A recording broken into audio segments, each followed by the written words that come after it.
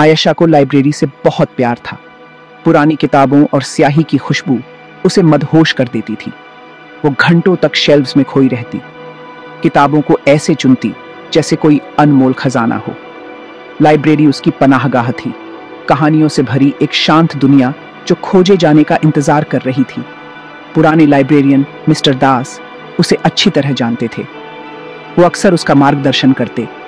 उसके उत्साह को देखकर उनके झुर्रियों वाले चेहरे पर एक मुस्कान फैल जाती। लाइब्रेरी, जो आमतौर पर सूर्यास्त के बाद खाली होती थी, आयशा के धीमे कदमों से गूंजती रहती, क्योंकि वो किसी किताब में खोई रहती।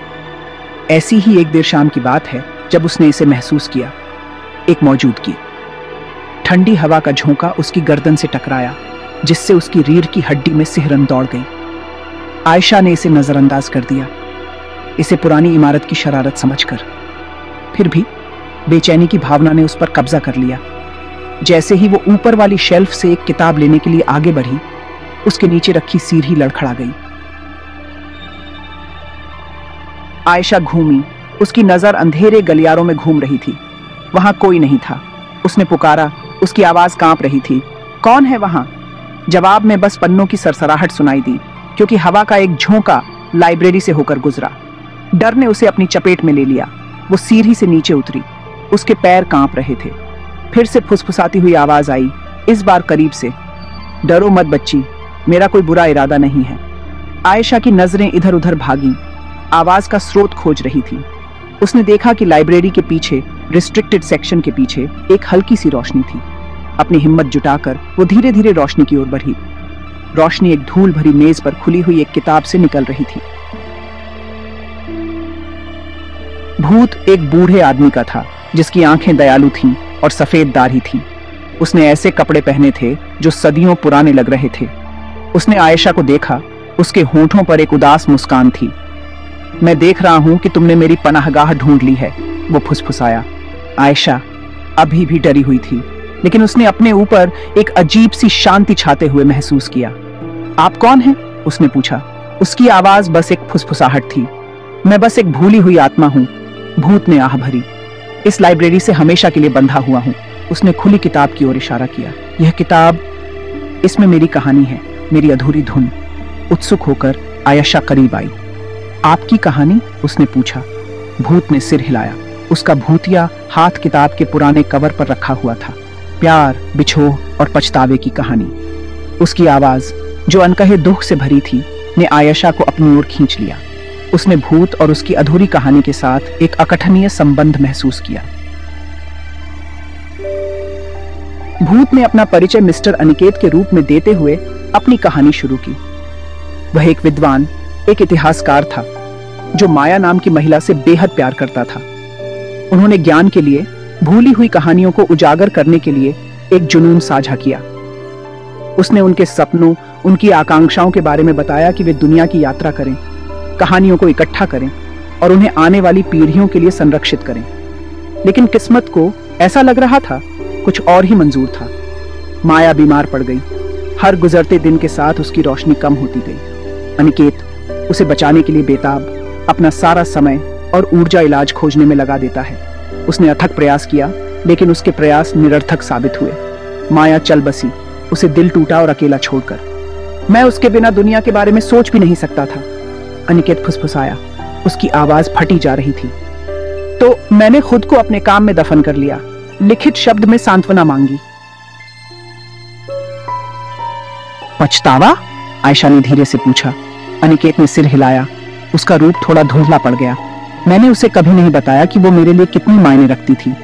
मैं ज्ञान की अपनी खोज में इतना खो गया था कि अपने दिल में भरे प्यार का इजहार करना भूल गया। आयशा ने ध्यान से सुना। उसका दिल सहानुभूति से भारी था। क्या इसीलिए आप अभी भी यहाँ हैं? उसने धीरे से पूछा। अपने पछतावे की वजह से? मैं फंस गया हूँ, अनिकेत ने स्वीकार किया। उसकी आवाज धोख से भरी हुई थी। इस लाइब्रेरी से बंधा हुआ, अपनी अधूरी प्रेम कहानी की याद में। सहानुभूति की लहर आयशा पर छा गई। वह अनिकेत को और अधिक कष्ट सहते हुए नहीं देख सकती थी। क्या होगा अगर आप अपनी कहानी पूरी कर सकें? उसने पूछा। उसकी आवाज एक नए दृढ़ संकल्प से भरी हुई थी। अनिकेत उसकी ओर मुड़ा। उसकी आंखों में उम्मीद की एक किरण चमकी। क्या आपको लगता है कि यह संभव है? उसने पूछा। उसकी आवाज अनिश्चितता से लिपटी हुई थी। मुझे नहीं पता, आयशा ने स्वीकार किया, लेकिन मैं कोशिश कर सकती हूँ। उसने किताब को देखा। उसकी उपस्थिति कठिन और आकर्षक दोनों थी। आपने कहा था कि यह आपकी विरासत बनने वाली थी, दुनिया और माया के लिए आपका प्रेम पत्र। चलो इसे पूरा करते हैं, साथ मिलकर। अनिकेत हिचकिचाया, फिर धीरे से सिर हिलाया। बहुत खूब बच्ची, आइए देखते हैं कि क्या हम अतीत की गलतियों को सुधार सकते हैं। और इस तरह उनका अनोखा सहयोग शुरू हुआ। जीवित और मृत के बीच एक बंधन बन गया, जो कहानियों के लिए एक साझा प्रेम और शांति पाने की इच्छा से एकजुट हुआ। रात दर रात आयशा लाइब्रेरी लौट आती थी। उसने अनिकेत के नोट्स, उसके आधे अधूरे अध्यायों को खंगाला, उसकी कहानी को जोड़ा। अनिकेत, भौतिक दुनिया के साथ बातचीत करने में असमर्थ, उसे अपनी यादों के माध्यम से निर्देशित करता रहा। उसने विवरण, भावनाओं, बारीकियों को फुसफुसाया जो उसकी कहानी को जीवंत करते थे। बदले में आयशा ने अपना दिल लिखने में उंडेल दिया। उसकी कलम पन्नों पर सहजता से बहती रही। उसने उनके प्यार, उनकी हंसी, उनके साझा सपनों के मधुर दर्द की कहानियां बुनी। हर उस शब्द के साथ जो उसने लिखा, आयशा ने महसूस किया कि अनिकेत की उपस्थिति और मजबूत होती जा रही है, उसकी ऊर्जा हल्की होती जा रही है। लाइब्रेरी, जो कभी एक भयानक सन्नाटे में डूबी रहती थी, अब एक अलग तरह की ऊर्जा से भर गई थी। एक साझा उद्देश्य, दो आत्माओं के बीच एक मौन बातचीत जो भाग्य और कहानियों के प्यार से जुड़ी हुई थी। हफ्ते महीनों में बदल गए। आखिरकार वह दिन आ ही गया जब आखिरी शब्द लिखा गया। आयशा ने धीरे से किताब बंद कर दी। उपलब्धि की भावना उस पर हावी हो गई। अनिकेत उसके पास खड़ा था। उसका रूप पहले से कहीं ज्यादा चमकीला था। धन्यवाद बच्ची, वह फुसफुसाया। उसकी आवाज कृतज्ञता से भरी हुई थी। तुमने मुझे मेरी शांति, मेरी मुक्ति पाने में मदद की। जैसे ही भोर की पहली किरण लाइब्रेरी की खिड़कियों से अंदर आई, अनिकेत फीका पड़ने लगा और इसके साथ ही अनिकेत गायब हो गया। एक गहरा सन्नाटा और स्याही में उकेरी गई और चमड़े से बंधी एक विरासत को पीछे छोड़कर।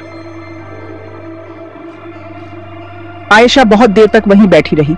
अनिकेत की कहानी का भार उस पर छा गया। लाइब्रेरी, जो कभी उदास हवा में डूबी रहती थी, हल्की, उज्जवल लग रही थी। पुराने कागज और स्याही की गंध और तेज और ज्यादा जीवंत लग रही थी। वह जानती थी कि अनिकेत को आखिरकार शांति मिल गई है। उसकी कहानी हमेशा के लिए उस लाइब्रेरी के ताने बाने में बनी हुई है जिसे वह प्यार करता था। समाप्त पांडुलिपि को उठाकर आयशा लाइब्रेरी से बाहर निकल गई। सुबह का सूरज गुलाबी और नारंगी रंग में आकाश को रंग रहा था। वो जानती थी कि उसे क्या करना है। अनिकेत की कहानी, उनकी कहानी, दुनिया के साथ साझा करने लायक थी। जैसे ही आयशा हलचल भरे शहर में कदम रखती है, वह अपने साथ न केवल एक किताब, बल्कि एक भूत द्वारा छुआ हुआ दिल और एक लाइब्रेरी को हमेशा के लिए बदल देती है।